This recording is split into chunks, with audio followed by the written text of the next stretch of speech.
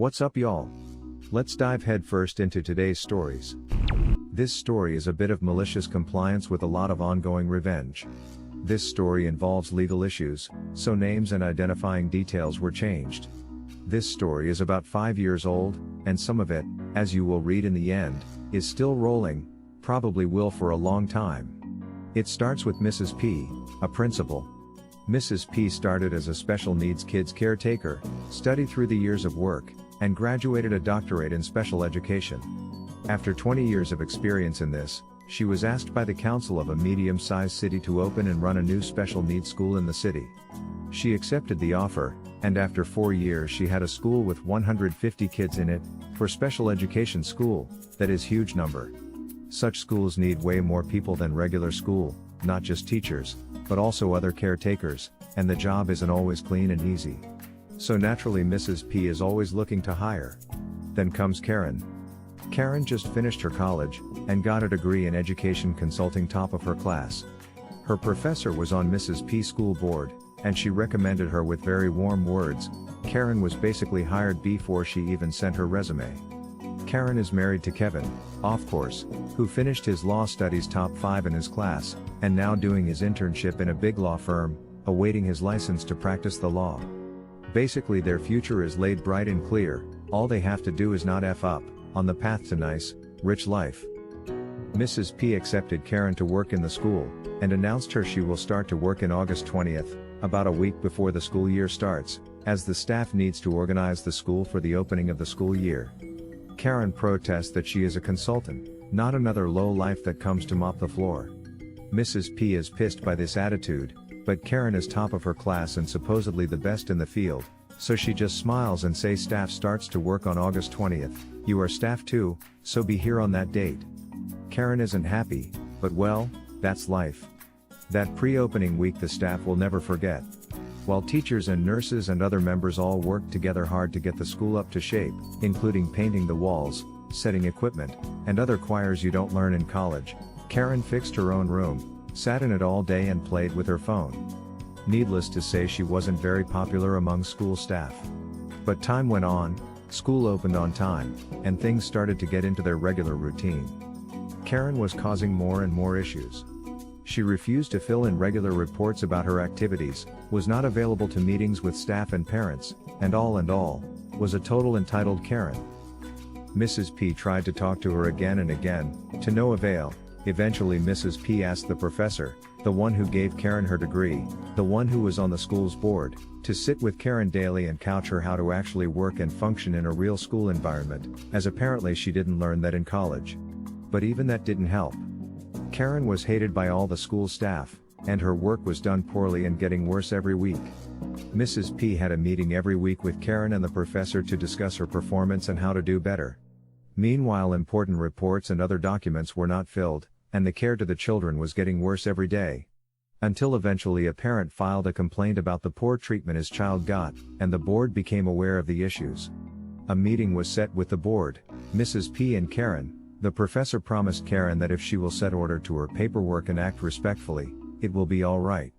Karen knew she was on the hook now, but just couldn't stop being a Karen. So the day of the meeting comes, and Karen is a no-show, no call. She just didn't come that day, and the day after, and the week after. Without Karen, the board can only hear what Mrs. P has to say, but they already know it, so the meeting is delayed to a time when Karen will show up. Needless to say this doesn't help her case at all. Anyway, Mrs. P and the professor tried to get Karen on the phone, but it went straight to voicemail. Eventually Mrs. P has no choice. Karen is a no-show, no call for over a week. She has to have a really good explanation not to get fired now. She calls Karen and leaves a message in her voicemail, that she hadn't heard from her in over a week, she is very worried, and please be in contact ASAP as finance want to cut her pay. Finally Karen called in. She has been sick the whole time. She will return to work in 2 days. Good, Mrs. P marks the date and set a meeting with the professor and Karen first thing in the morning. If Karen is sick and has a doctor's note, she will not be fired, but she will get some strong talk about the no-call issue. The day comes, Mrs. P and the professor sit in her office waiting to Karen to come. She didn't come. Mrs. P tried to call her and get the voicemail, again. She is pissed, the professor is pissed, Karen has set a new record in pissing and wasting everybody's time. Karen shows up 2 hours late, and Mrs. P calls her to a meeting immediately, before anything else. She calls the professor to come, the professor cancelled other plans she had to come in, and the meeting finally starts 3 hours late. Thankfully Karen had a doctor's note, she is okay on that, but she is going to get the strong words talking now. About 10 minutes into the meeting, Karen burst in tears. The meeting is stopped to cool things down, but not over yet. After a few minutes everybody comes back into the room and Karen opens, I am still not okay, I still feel sick, I want to go home now. Mrs. P is silent, and the professor comment as a board member I must say, as long as you are sick your job is safe, but it is your first year, you have not saved anything in sick days or vacation days. You will not be paid for this. Karen just said we will see about that, collected her things and left. Karen is sick for another 2 weeks, and her position is vacant. Mrs. P does what she can to fill the void, as do others, but it's clear a man is missing and the position needs to be filled. Eventually Mrs. P calls Karen again to ask her how she is and when she will be back, when Karen says she can't handle the pressure and wants to quit. Mrs. P is stunned by this.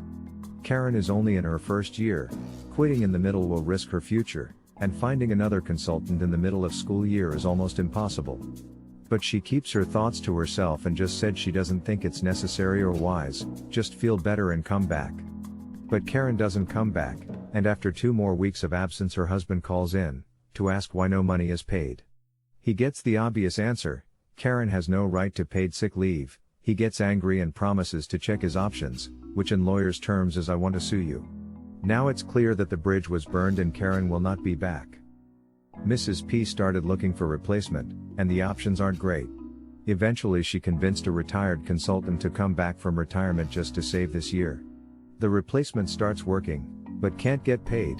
The position is still officially occupied by Karen, who is still on sick leave.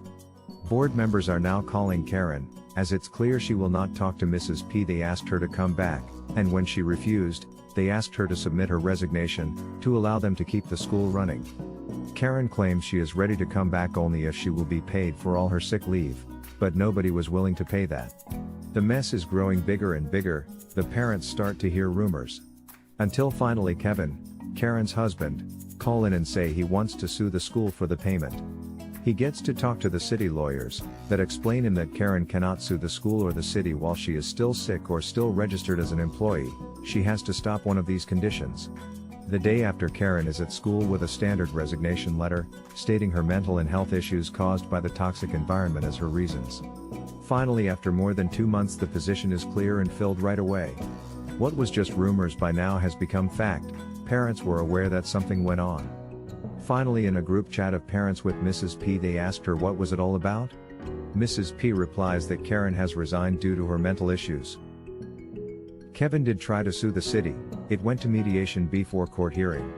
The mediator saw the material and strongly advised Kevin to withdraw. Kevin listened and the whole thing was forgotten for a while. 3 months passed. School was doing okay, when an email from Karen landed in Mrs. P's inbox. In short dry, legal language Karen informs Mrs. P that she knows she was slandering her in public, she has screenshots as evidence that she claimed she had a mental issues, and that is all not true at all. Karen demand Mrs. P to apologize in public and clarify that Karen did not have any mental issues, and her resignation was due to professional disputes. Mrs. P was shocked. She knew for a fact that Karen was, let's just say, not 100% okay up there, and she had her resignation letter to prove it. Going this way from Karen was beyond stupid. Mrs. P, however, did the right thing and sent the letter to the school board, asking them what they think should be done. School board just heard the words legal actions and free act out. They didn't want any of this. They demanded Mrs. P to just apologize and let it all be gone, but Mrs. P was not willing to admit wrongdoing of anything, as she knew she did everything right. The board kept his opinion, claimed Mrs. P is being pointlessly stubborn, and they will not cover any legal matters in that issues, which is against Mrs. P's contract. All legal liability that she has within her work should be covered by her employer. That meant her job was on the line now, and Mrs. P was determined to fight back and win. But without the city resources, fighting a slander lawsuit is expensive, and with her job at risk, it will not be easy. Mrs. P went again to the parents' forum, let them know that she had some personal legal issues, and asked if they know who could help. One of the parents, a lawyer, agreed to help without pay. Note it is highly unprofessional to ask parents to help in personal issues, but it wasn't really a personal issue, it was the school issue, and that lawyer's parent noted that after he was informed the details. The lawyer agreed Karen and Kevin had no ground to sue, but said that if they sent the email, their intention is to sue anyway, nothing Mrs. P would do could stop them, so it was better if Mrs. P just ignore it and let them dig their own grave. And a grave they dug. A week after the first letter, a new letter arrived, by regular mail, in an envelope. It was printed on Kevin's law firm letter, stating that matter should be resolved by public apology, or they will sue. Even the lawyer did not believe someone in a large prestige law firm is that dumb, but here the letter is to prove it. A trial will take time and will cost money, even if he is doing it for free, not to mention that Mrs. P would be fired no matter the result. They had to find another solution. The lawyer figured out that stupid people need stupid solution. He thought about it for a while and then remembered he had a classmate in college who went working for that firm. He called that classmate and asked him how he is, now that they are both well after their college years.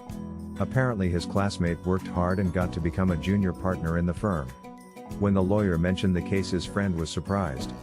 He hadn't heard about this case, and he should have, as lawyers in large firms gossip like old women, and a slander suit against special education school? It would be the most raunchy gossip in town.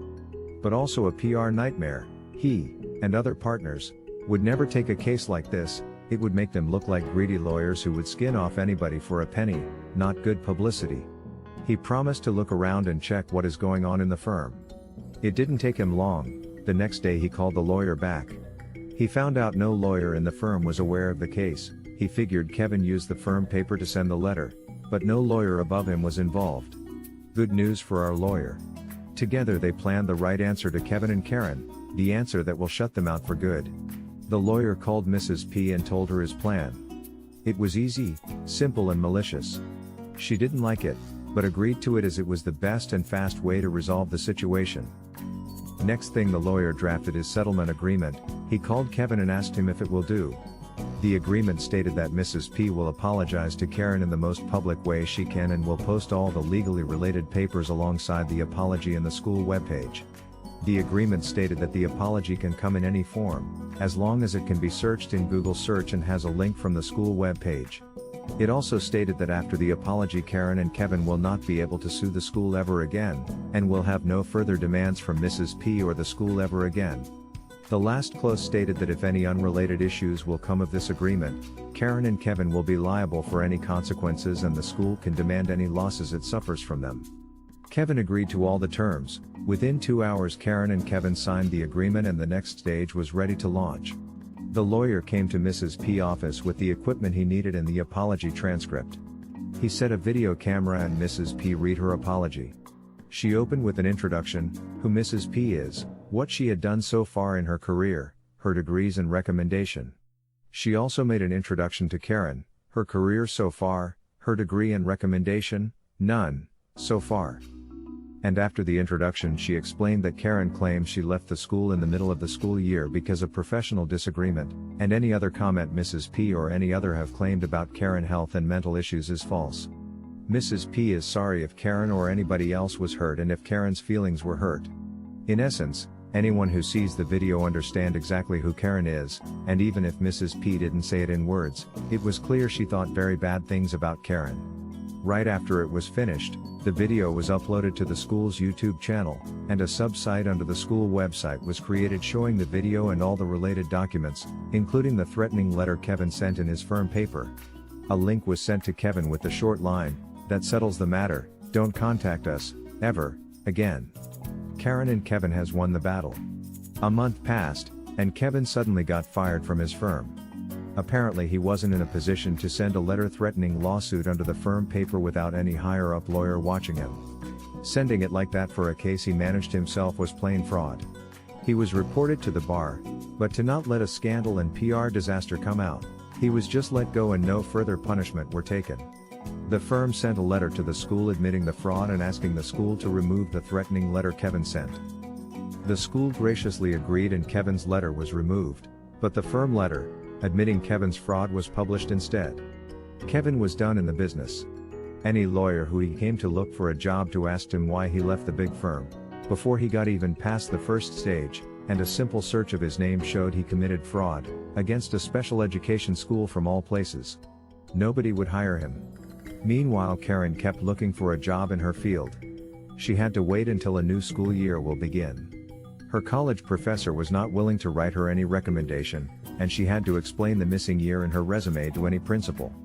Few school principals heard she worked with Mrs. P and called her to ask about Karen, which Mrs. P only said that due to legal issues she can't talk about Karen, and it is all explained in the legal section of the school website. That was enough. Any principal who knows Karen sued her former school will not dare to hire her. Karen lost that school year, and to support herself began looking for other jobs.